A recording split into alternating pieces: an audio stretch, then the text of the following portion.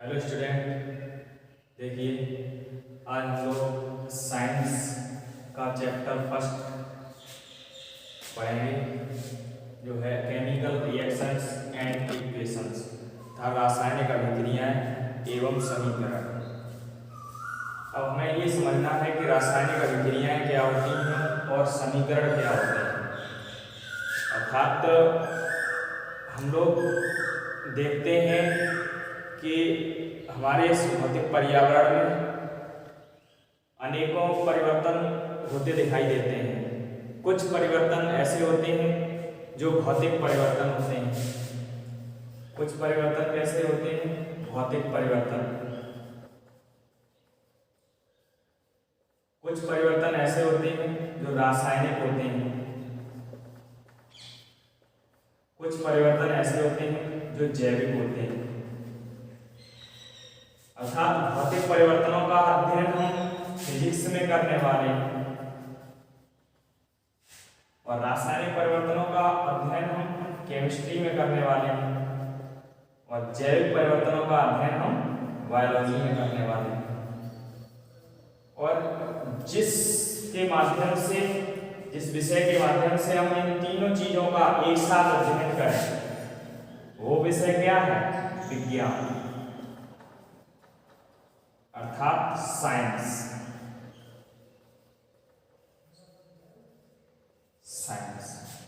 विज्ञान क्या है? विज्ञान जो है हमारा वो दो शब्दों का समूह है, वि और ज्ञान। वि होता है विशेष, ज्ञान अर्थात जानकारी। अर्थात किसी घटना के बारे में अगर हम विशेष जानकारी प्राप्त करें तो वही हमारा विज्ञान है। विज्ञान ये नहीं है कि हम उसे केवल विषय के रूप में पढ़ें। विज्ञान को हमें एक विषय के साथ साथ एक अपने जीवन के पड़ाव के रूप में पढ़ना है। अर्थात हमें ये देखना है कि प्रत्येक चीज जो है वो विज्ञान ही है। ये नहीं है कि कोई भी घटना हो गई तो उससे क्या होना था। हमारे दादा परदादा देखते रहे होंगे कि ये घटनाएं होती हैं, अब हम भी देख रहे हैं कि ये घटनाएं हो रही हैं। तो अगर यही दादा परदादा वाली कहानी न्यूटन भी अपनाते तो न्यूटन ने जो हमें गुरुत्वाकर्षण का बल का नियम दिया है वो आज हमारे समक्ष नहीं होता। क्या न्यूटन से पहले कभी भी सेब धरती पर नहीं गिरा? बताएं, गिरा। लेकिन न्यूटन ने ही क्यों ऐसा गहन अध्ययन किया कि ये जो सेब है वो धरती पर क्यों गिरा? तो जब उन्होंने अध्ययन किया और उसके बारे में विशेष जानकारी अर्जित की तो विशेष जानकारी अर्जित करने पर उन्होंने क्या पाया कि पृथ्वी जो है वो अपनी ओर गुरुत्व में कोई चीज स्थित होती है तो उसे अपनी ओर आकर्षित करती है। अर्थात पृथ्वी का अपना एक गुरुत्वाकर्षण बल होता है जिसके कारण वह अन्य वस्तुओं को अपनी ओर आकर्षित करती है। तो उन्होंने अपना एक नियम दे दिया, गुरुत्वाकर्षण का नियम। तो उसी तरीके से हमें विज्ञान में ढेर सारी घटनाएं देखने को मिलेंगी और विज्ञान में हमें अनेकों ऐसी जानकारियां प्राप्त होंगी जो हमारे जीवन से पूर्ण रूप से संबंधित होंगी। तो फिलहाल आज हम लोग केमिस्ट्री का ये पार्ट है केमिकल रिएक्शंस एंड इक्वेशंस, इसे समझने का प्रयास करते हैं।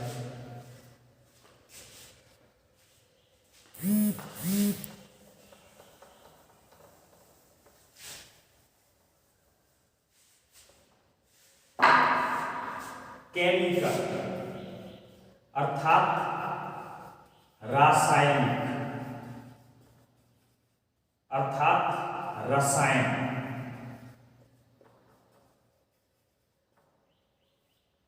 रिएक्शन अर्थात अभिक्रिया। इक्वेशन अर्थात समीकरण। रासायनिक अभिक्रिया अर्थात एक ऐसी अभिक्रिया, कोई भी क्रिया हो उसमें रसायन शामिल हो तो वो अभिक्रिया हमारी कैसी होती है? रासायनिक अभिक्रिया। अब उसी अभिक्रिया को अगर हम एक समीकरण का रूप दे दें, एक इक्वेशन का रूप दे दें, जैसे गणित में भी हम लोग पढ़ते हैं कि x + y = 5, रैखिक समीकरण को पढ़ते हैं। उसी तरीके से कोई भी हमारा इंसिडेंट रहता है, उस इंसिडेंट को हम एक समीकरण के रूप में अगर हम परिवर्तित कर दें तो वही समीकरण हमारा कैसा समीकरण बन जाता है? रासायनिक समीकरण बन जाता है। तो रासायनिक अभिक्रिया अर्थात हम अपने चारों ओर बहुत सारी घटनाएं देखते हैं, जैसे दही जो है वो जम जाता है, किसका रूप होता है? दूध जो है वो जमाव के बाद किसका रूप बन जाता है? दही का। अब दही जो है किस रूप, कब जमा, क्यों जमा, उसमें कोई ना कोई तो रासायनिक ऐसा कंपोनेंट रहा होगा जो उसे जमाने में सहायक रहा होगा। जैसे और भी हम देखते हैं, बर्फ है वो पिघल जाती है, और भी कई सारे इंसिडेंट हैं। जैसे मान लीजिए आप लोग सब, अभी गर्मी का मौसम चल रहा है तो गर्मी के मौसम में आप लोग क्या देखते हैं कि आप लोग शरबत बनाएंगे, शरबत बनाकर सभी पिएंगे। तो शरबत कैसे बन रहा है? शरबत कैसे बन रहा है? चीनी और प्लस पानी का घोल, चीनी और पानी जब मिक्स हो रहा है तो वो काय में कन्वर्ट हो जा रहा है? शरबत में, जिसे हम चीनी का पानी भी कह सकते हैं।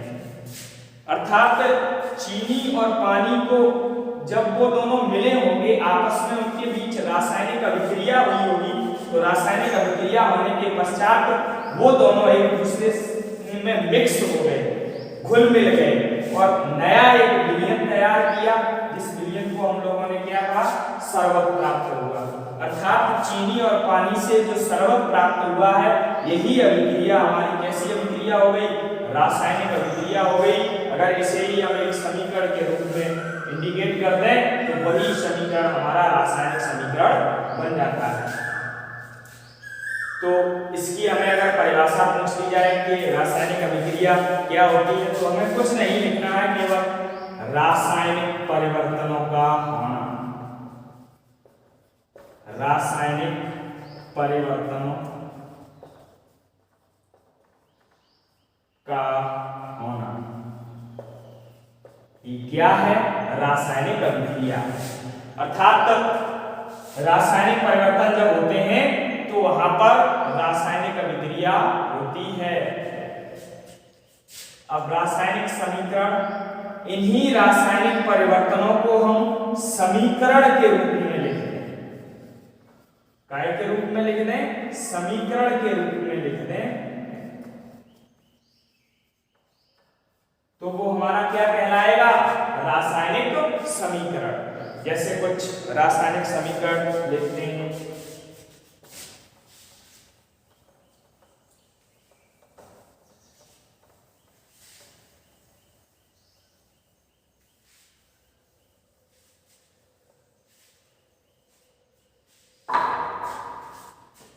कुछ रासायनिक प्रोडक्ट लेते हैं। जैसे मान लीजिए आपके पास हाइड्रोजन गैस है, हाइड्रोजन गैस है, आपके पास क्लोरीन गैस है, दो गैसें हैं आपके पास, एक हाइड्रोजन एक क्लोरीन। अगर इन दोनों गैसों से कहा जाए कि इन दोनों गैसों को आप रासायनिक क्रिया करके लिखिए, या कहा जाए कि ये दोनों गैसें किस प्रकार से रासायनिक अभिक्रिया करेंगी, तो हम कहेंगे कि हाइड्रोजन जो है वो क्लोरीन के साथ मिश्रित होकर या क्लोरीन के साथ अभिक्रिया करके hydrogen chloride gas, hydrogen chloride gas का निर्माण करेगी। अर्थात जब हाइड्रोजन और क्लोरीन दोनों गैसें आपस में रासायनिक अभिक्रिया करेंगी तो उसके परिणाम स्वरूप हाइड्रोजन क्लोराइड गैस बनेगा। और हमें ये भी समझ लेना है यहाँ पर कि इसमें दो पक्ष हैं, एक पक्ष हमारा ये है और एक पक्ष हमारा ये है, अर्थात दो पक्ष हैं। दो पक्ष होने से तात्पर्य क्या है कि किसी चीज को मिलाया गया है और कोई चीज बनी है।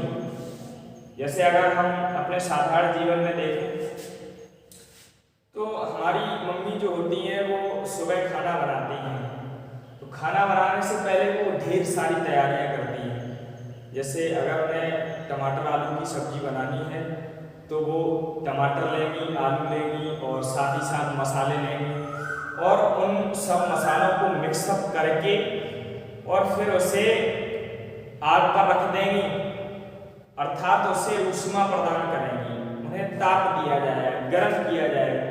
गर्म का होने के पश्चात एक नया चीज प्राप्त होगा, जिसे हम लोग कह देंगे कि टमाटर आलू की सब्जी है, ये कह देंगे। अर्थात कुछ चीजें ऐसी थी जो अभिक्रिया होने से पूर्व शामिल हुई और अभिक्रिया होने के बाद प्राप्त हुई। अर्थात अभिक्रिया होने से पूर्व जो चीजें शामिल होती हैं उन्हें हम लोग अभिकारक कहते हैं, रिएक्टेंट, अर्थात अभिक्रिया करने वाले, और जो प्राप्त होती हैं उन्हें प्रोडक्ट अर्थात उत्पाद कहते हैं, अर्थात अभिक्रिया होने के उपरांत प्राप्त होने वाले। तो ये हमारी रासायनिक अभिक्रिया हो गई। रासायनिक अभिक्रिया क्या लिखेंगे कि हाइड्रोजन क्लोरीन दोनों रासायनिक अभिक्रिया करके हाइड्रोजन क्लोराइड गैस बनाते हैं और उसे रासायनिक समीकरण के रूप में कैसे लिखेंगे, hydrogen plus chlorine is equal hydrogen chloride gas. अब इसी रासायनिक समीकरण को एक बहुत ही संक्षिप्त रूप में कहें या एक सरल रूप में कहें लिखते हैं, अर्थात रासायनिक समीकरणों को लिखा भी जाता है। कैसे लिखा जाता है, उनके जैसे उसमें जो रासायनिक यौगिक उपस्थित होते हैं उन यौगिकों को उनके सूत्र के माध्यम से व्यक्त करके लिखते हैं। तो इस अभिक्रिया को हम लिखेंगे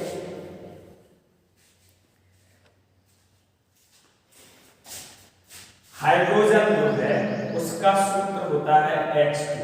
हाइड्रोजन गैस का सूत्र क्या होता है H2 प्लस क्लोरीन गैस का सूत्र होता है Cl2। H2 प्लस Cl2 मिल करके बनाएंगे HCl। HCl अर्थात हाइड्रोजन क्लोराइड गैस। अभी ये समीकरण जो है वो संतुलित नहीं है, अभी ये समीकरण असंतुलित है, अर्थात इस समीकरण को हमें संतुलित भी करना है। अभी ये समीकरण कैसी है, असंतुलित। अब इसे हमें संतुलित भी करना है। संतुलित करना क्यों पड़ता है उसे भी हम लोग समझ लें। जैसे आप लोगों से कहा जाए कि बाजार जाओ तो बाजार जाके 1 किलो सेब लेके आओ। कहा गया क्या, बाजार जाकर 1 किलो सेब लेके आओ और वो आपको 1 किलो सेब देकर वो 900 ग्राम सेब दे दे तो आपको कितना बुरा लगेगा। उसी तरीके से ये कि अगर हाइड्रोजन और क्लोरीन जो है वो संयोग करके उनमें उनके भारों में अगर सही अनुपात नहीं आ रहा, अर्थात उस जो नया प्रोडक्ट प्राप्त हो रहा है उसका भार और इनका भार, दोनों का भार उस भार के बराबर नहीं आ रहा है, तो वैसी स्थिति में वो समीकरण हमारी असंतुलित होती है। तो संतुलित करना क्यों आवश्यक होता है, ताकि हम द्रव्यमान को संरक्षित रख सकें। द्रव्यमान संरक्षण के लिए संतुलित करना आवश्यक है।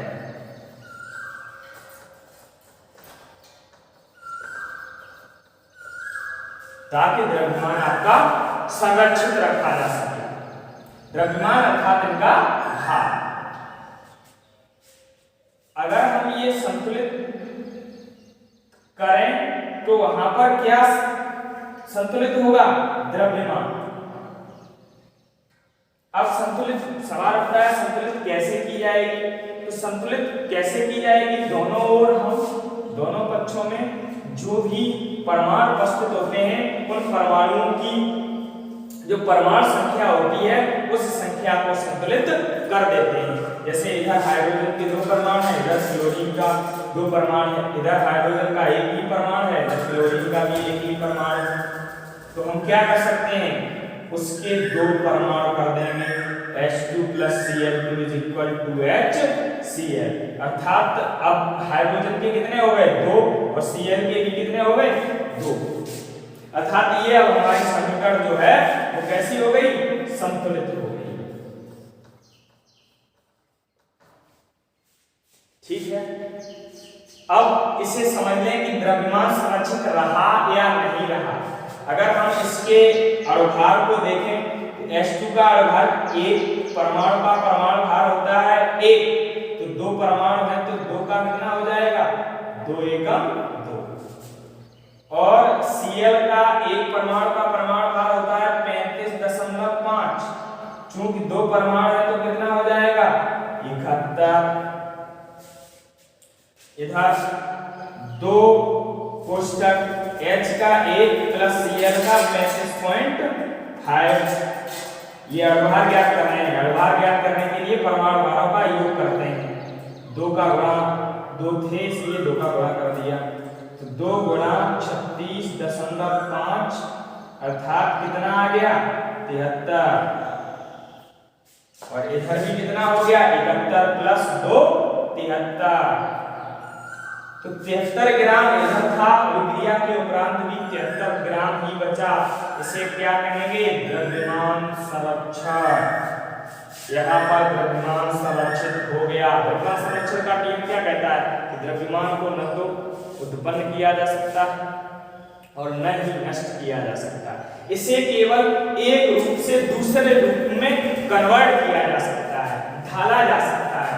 जैसे इधर हाइड्रोजन और क्लोरीन के रूप में द्रव्यमान था और इधर किस रूप में हो गया? हाइड्रोजन क्लोराइड के रूप में द्रव्यमान हो गया।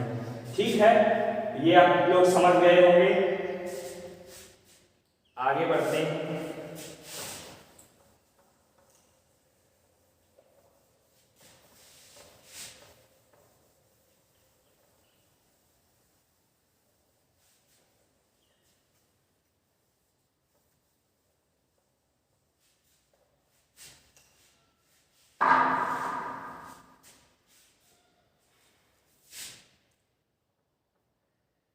आप लोग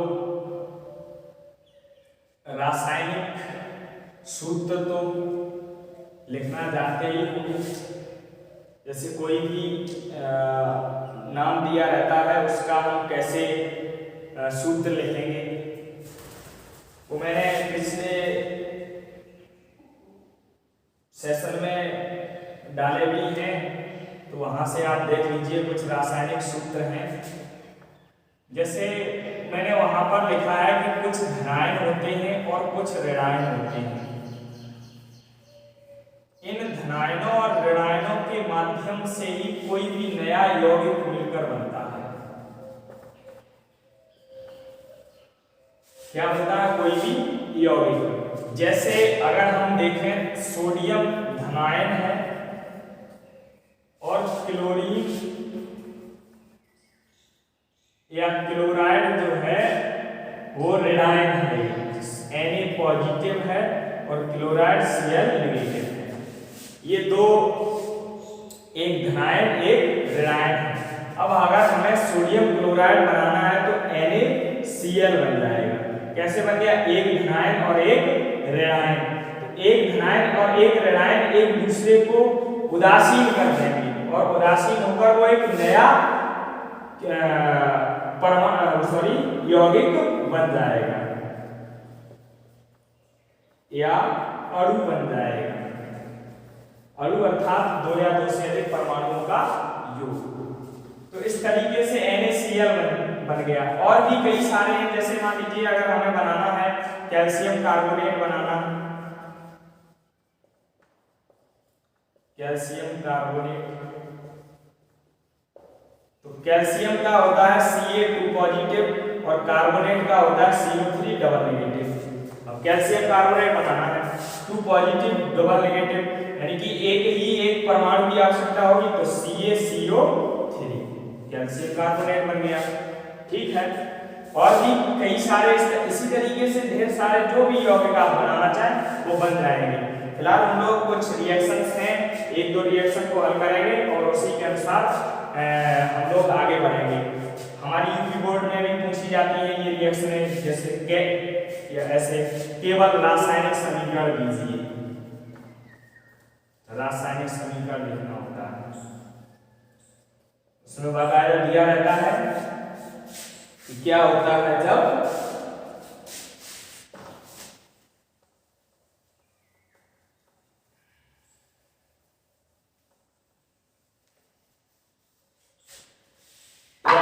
दिया रहे, साधारण तरीके से दे देगा। जैसे कोई एक रिएक्शन लिखते हैं,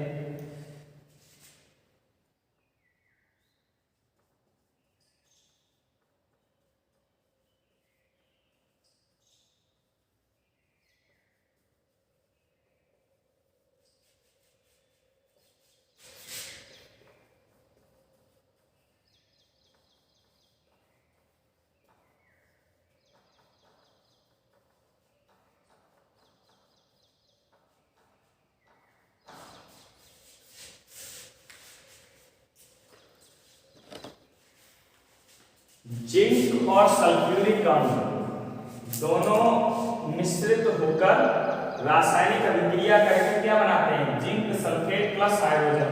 हाई स्कूल में इसी तरीके से दे रहा है, और अभी हम लोग अगर इंटर में होते तो वही कैसे होती, क्या होता है जब जिंक की क्रिया सल्फ्यूरिक अम्ल के साथ कराई जाती है। लेकिन हमारे सिलेबस में कैसे दे रहा है कि निम्नलिखित का रासायनिक समीकरण के रूप में लिखिए कि जिंक प्लस सल्फ्यूरिक अम्ल बनाते हैं जिंक सल्फेट प्लस हाइड्रोजन। अब हमें जिंक का सूत्र याद होना चाहिए, जिंक का क्या होता है Zn, प्लस सल्फ्यूरिक अम्ल का याद होना चाहिए क्या होता है H2SO4 is equal, zinc sulphate बनाएगा तो ZnSO4 प्लस हाइड्रोजन बनाएगा तो H2। जिंक सल्फ्यूरिक अम्ल, जिंक सल्फेट और हाइड्रोजन। ठीक है, समझ में आ गया आप लोगों को। ये जिंक ने H2 को प्रतिस्थापित कर दिया और प्रतिस्थापित करके नया यौगिक बना दिया, क्या ZnSO4, और हाइड्रोजन अलग हो गए, विस्थापित हो गए। ये सक्रियता श्रेणी से भी संबंधित है, सक्रियता श्रेणी या विद्युत रासायनिक श्रेणी। आगे सिलेबस में हम लोग पढ़ेंगे इसे, विद्युत रासायनिक श्रेणी। सक्रियता श्रेणी क्या कहती है, सक्रियता अर्थात सक्रिय होने की क्षमता को बताए कि कोई भी परमाणु है वो कितना सक्रिय है। तो सक्रियता श्रेणी में क्या होता है कि धातुएं उपस्थित होती हैं। Zn भी एक धातु है, धातुएं उपस्थित होती हैं, तो वहां पर क्या होता है, जो धातुएं ऊपर स्थित होती हैं वो अधिक सक्रिय होती हैं, तथा जो धातुएं नीचे स्थित होती हैं वो कम सक्रिय होती हैं। किससे कम सक्रिय, ऊपर वाली धातु से। ठीक है, और ये ऊपर वाली जो धातुएं हैं वो अधिक सक्रिय किससे, नीचे वाली धातु से। और कुछ धातुएं ऐसी होती हैं जो हाइड्रोजन से ऊपर स्थित हो, हाइड्रोजन से ऊपर हो तो वो भी अधिक सक्रिय होंगी। वो क्या करेंगे, हाइड्रोजन को उसके विलयन से विस्थापित कर देंगे।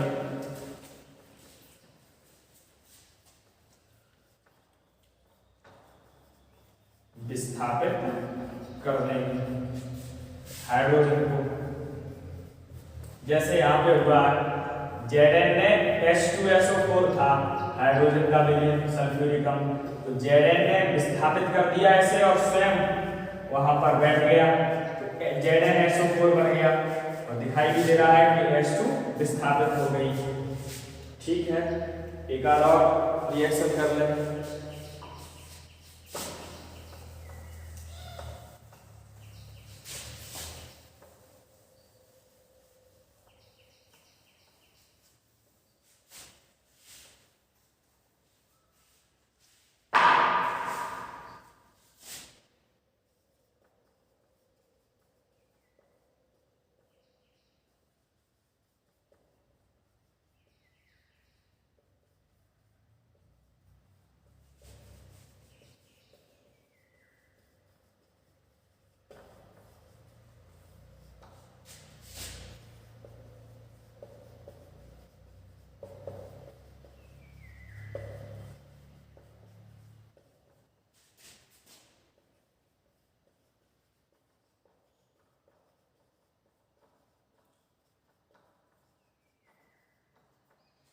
बेरियम क्लोराइड और एल्युमिनियम सल्फेट दोनों रासायनिक अभिक्रिया करके बेरियम सल्फेट और एल्युमिनियम क्लोराइड बनाते हैं।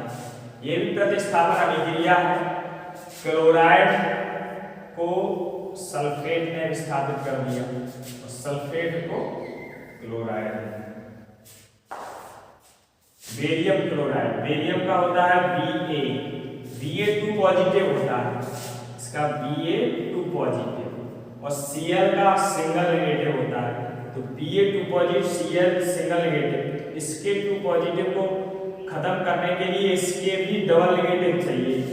इसका एक ही परमाणु है, तो कितने परमाणु शामिल होंगे? तो BaCl2 plus aluminium sulphate, aluminium का होता है Al3 पॉजिटिव और सल्फेट का होता है SO4 डबल नेगेटिव, अर्थात इसके 3 धनायन है, इधर 2 ऋणायन है और इस 3 ऋणायन को खत्म करने के लिए या तो इधर भी 3 ऋणायन हो जाए तो खत्म हो जाएंगे या दोनों जगह ऐसे ऋणायन हो जो समाप्त हो जाए। तो कैसे हो? इधर 3 का गुणा करते हैं और इधर 2 का गुणा करते हैं, तो इधर 3 दूनी 6, 2 तिया 6, अर्थात Al2SO4 का होल थ्राइस एल्युमिनियम सल्फेट 3 का गुणा कर दिया, 2 का गुणा इधर कर दिया, 2 तिया 6 और 3 दूनी 6 इज इक्वल बेरियम सल्फेट वही Ba। अब बेरियम 2 पॉजिटिव होता है, SO4 डबल नेगेटिव होता है, तो BaSO4 बन गया प्लस एल्युमिनियम क्लोराइड, एल्युमिनियम का Al3 पॉजिटिव और क्लोराइड का Cl नेगेटिव अर्थात AlCl3। ठीक, संतुलित कर लें, देख लें, इधर क्लोरीन के 2 हैं और इधर 3 और इधर एल्युमिनियम के 2 हैं, इधर 1 ही है, इधर 2 का गुणा कर लें, उधर एल्युमिनियम के हो गए सक्सेसफुल, इधर 2 क्लोरीन के, इधर कितने हो गए? 2 तिया 6, इधर 3 दूनी 6, 3 Ba के हो गए, 3 Ba के हो गए, संतुलित हो गई रासायनिक समीकरण।